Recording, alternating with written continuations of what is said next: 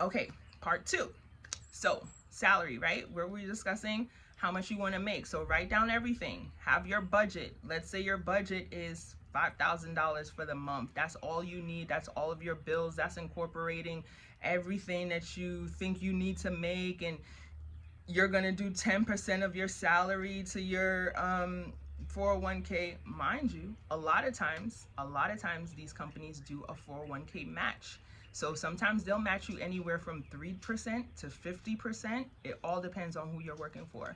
So that's a good thing. Make sure you do that. Make sure whatever they're giving, they're offering you and they're matching, put it in. Put it in there. Put it in your retirement account, whatever the case may be. Build your accounts up. Now when you get to that number at the end of the year, 6 times 5 is what? 6 times 12. What am I saying? 5,000. 5,000 times 12 is what? 60. That's saying you only need $60,000 a year to make a decent living. That's not a lot in this day and age. I don't know who's comfortable making that, but it damn sure ain't me. So when you get to that salary, like I said, this is the art of negotiation. You're negotiating, right? So you want to land at your ideal number. I'm going to tell you what nobody's going to tell you. If you say you want to make $100,000 a year, increase that number by $10,000 to $20,000. I don't care. I don't care. I don't care. Why? Because you're negotiating, right? So if you're going to start at your best number and that's what you want and that's what you need, if someone's going to negotiate back to you, 9 out of 10 times they're going to come down. So you're starting at your top, but they're going to bring you down a little bit or a lot. I don't freaking know. They're going to bring you down here, but this is your top. So they're not going to be like, oh, okay, you want 100,000? All right, here we are. Here's 100,000. The negotiation is done. That's not how it works. So say you want 100K. Now you know, okay, at least if they don't agree to the 120, what did I just say? If you start at 120, if they don't agree to the 120 and you know 100 is your cushion, that's your number, they could come back with 115. You're still good and you're making more than you anticipated. Or they could come back with 110. You're still good. But if you start where your top is, they're not meeting you there. You want them to meet you above or at your ask. You don't want to be sitting there like, oh yeah, I want 100,000, and then they hit you with, oh, okay, how about 95? How about 90? And now you're like, well, I'm close enough. Like, it's okay, I'm close. No, you don't need to be close. You need to be at or above what you actually want. That way you have cushion. That way you have some extra money to play with and do whatever the hell it is that you need to do. I don't know why nobody thinks of this, nobody tells you this, but that's what you need to be doing. Don't start your negotiation at your highest and be like, oh, I don't think I'm gonna get it. Okay, if you don't think you're gonna get it, that's even more reason why you need to go higher. Because then at least if you don't get what you really want, and that really high number, at least you'll get close to what you actually thought that you wanted in the first place. That's that. Then they're gonna ask you, as far as negotiating, what else do you want? I'm giving you the tea. Benefits. Full medical, full dental, that's usually already there. You're getting that out the gate. Fitness incentives. You're 9 out of 10 times going to get some sort of fitness incentive where they're paying part of your gym membership or your full gym membership, or even some of these offices have a gym in office that you can use. Fully equipment, like the top of the line equipment. That's there. Some of them pay childcare for you. So like, let's say your kids, if you have kids and your kids are in preschool or your kids are in private school or your kids are in daycare, whatever the case may be, they do have some sort of stipend where you can get that. Ask for it. Ask them, hey, does this company offer childcare benefits? Do they offer, any sort of thing where it comes to paying for my childcare if you have kids? Get that. Think of all of the things that you would want in your dream job. That's what they mean when talking about corporate finance. I'm not talking about any other industry. I'm not talking about healthcare. I'm not talking about, I don't know. I'm talking about corporate finance here. We're talking about private equity, hedge funds, family offices, and big banks. Ask. Think it. You gotta think big. Like, think big. Thirdly, what else could you think of that I wasn't thinking when I started getting asked these questions?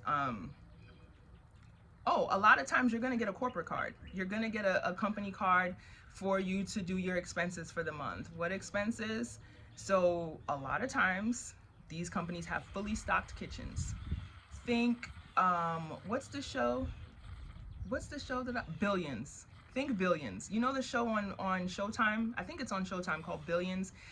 And there's sometimes you might see a huge fully stocked kitchen where you can make your own smoothies, there's cereal, there's all kinds of food that's there, so you don't have to worry about that. But if for breakfast and lunch, if you don't eat, like, let's say, this is from my personal experience, if you come into the office before 8:30 a.m., typically you can get a car in, you can get your transportation is covered, you can your breakfast is covered. So you would use your corporate card to cover those expenses, and then when expenses are due at the end of the month, when you're doing your expense reports, you would just put that in, and they have a code that you would expense it to. It's not coming out of your pocket. It's literally allocated with the funds that the company have already designated for employees to use for that purpose. And typically the money is, like, let's say it's breakfast, I think it's like usually $25 or $35 for breakfast. And then for lunch, you don't ever have to worry about food in these places. When I tell you, you don't ever have to worry about food, because you're going to be booking meetings and stuff all day long and booking lunches, and there's always food. The kitchen is fully stocked. There's drinks, there's food, there's food, there's food. And then on top of that, if you don't feel like eating whatever they have, that's what your company card is for. They'll usually say, like, your lunch budget for the day, every day is usually anywhere from like $25 to $35. It's not usually more than that. And I think dinner is typically up to $50 if you stay late. So if you stay past like 6 or 7 o'clock, your dinner is covered.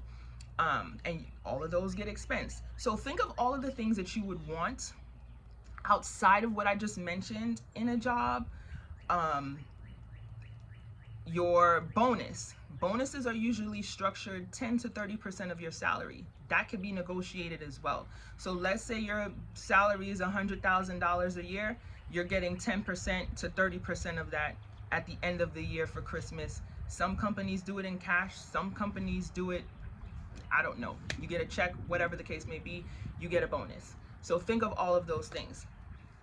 Add that to your list, use that in your art of negotiation. Start at the tippity top above what you actually want, and then you can negotiate down with them. Never start at your best and final, like, oh, I want to make $100,000 a year, and I'm gonna tell them $100,000 a year. No, do not do that. You already put yourself, you're not getting it. Like, you're start above and then end up where you actually want to be, or above where you want to be. That's my advice. After that, what are we thinking? What are we talking? So you've got your salary negotiations. What does your day-to-day look like as an executive assistant? What do they actually do? Think Devil Wears Prada, Anne Hathaway. Some of these companies are that 24/7 mentality. I don't recommend those, because you will be, if they need something at 2 a.m., a flight to be booked at 2 a.m., and that corporate phone that you have goes off, or if it's linked to your personal phone and you get that email or that text message, hey, I need a flight in 2 hours to freaking Japan, such and such and such, you got to get that done. They expect you to be 24/7 mentality, and from my personal experience, does not constitute a great work-life balance. It's because you're going to be work all day, hooked to that phone. You're not going to be able to stop, because they're expecting you to be on the ball. Like, you're going to be on it. Like, you cannot drop the ball. You're expected to be on it. So I wouldn't recommend any place that says 24/7 mentality. I would highly suggest something that has a great work-life balance, something that you can literally clock in. Well, you're never going to clock in, so to speak, but somewhere that you can arrive to work, and then when you leave work at the door. You're not taking work home with you. That's, unless you're that type of person, you're A-type personality, and you're just functioning like, I got to do this, and you get burned out fast like that. Like, just take time to step away and enjoy life and enjoy the money that you're making. So it looks like this video, I'm running out of time again, so we're going to continue to part 3. Let me know what you guys are thinking about this, and if I shall continue these, because I have other segments that I'm going to incorporate in this series of not just executive assistants, but I'll get more into that. But I'm also going to put a link in my bio, so if you want my personal list of contacts of people that I use, and, you know, emails and all of that stuff, it's going to be in my bio. $26. Get it, use it to your advantage, get yourself in the door.